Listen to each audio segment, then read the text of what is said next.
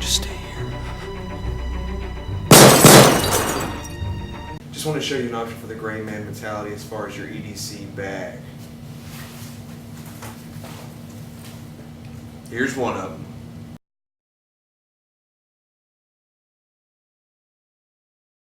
Alright, let's just jump right into this kit. I'm not really sure how you say this name brand. That's the name brand. And I'll just kind of show everything that stays in there. And it's not full. Keep just a Leatherman in there. Have anything in there? That's generally where I put my handgun if I don't have it on my body, or just spare magazines. Just a cheap stainless steel bottle.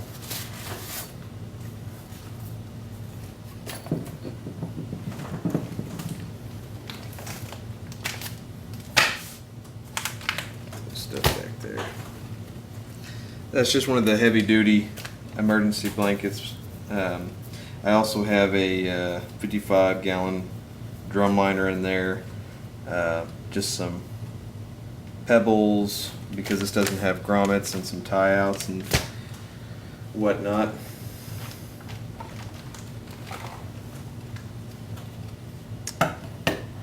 It's the Mora HD.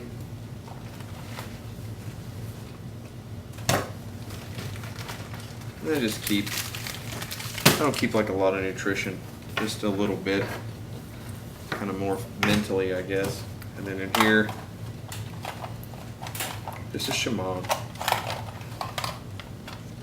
with to have a little bit of everything. So just breaking this down, I keep 2 knives in here. It's just the more classic one. Some paracord, a little Altoids can, some fire starter, fire steel, duct tape. And I keep, headlamp. I don't know why I have so many ferrots in here. Put that one in my pocket. Just a headlamp. Just a little kit with some Dermabond, light tourniquet, some gauze, band-aids, alcohol, iodine. We got a lighter in there. Yeah, lighter. Nothing super special. Dermabond's cool though. I like Dermabond. If I cut myself, maybe I'll show you how to use it.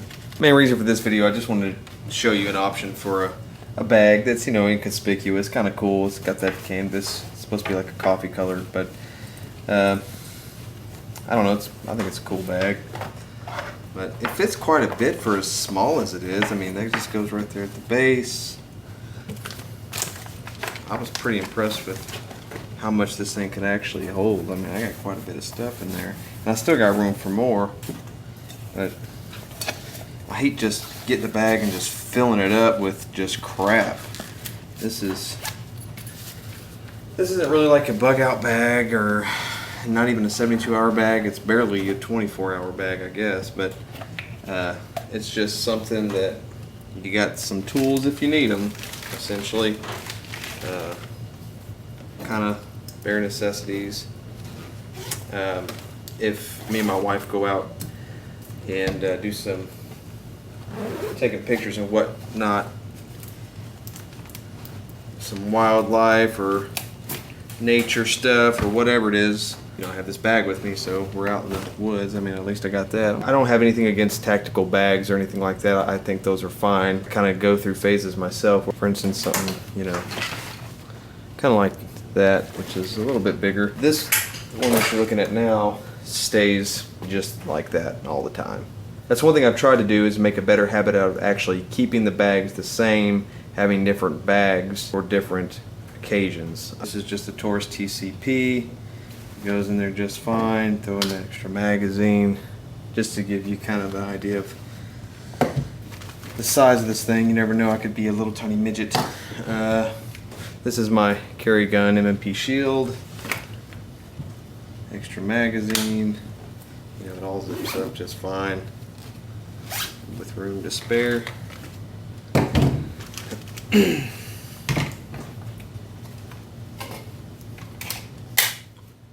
Of course, the Glock 19. Extra magazines.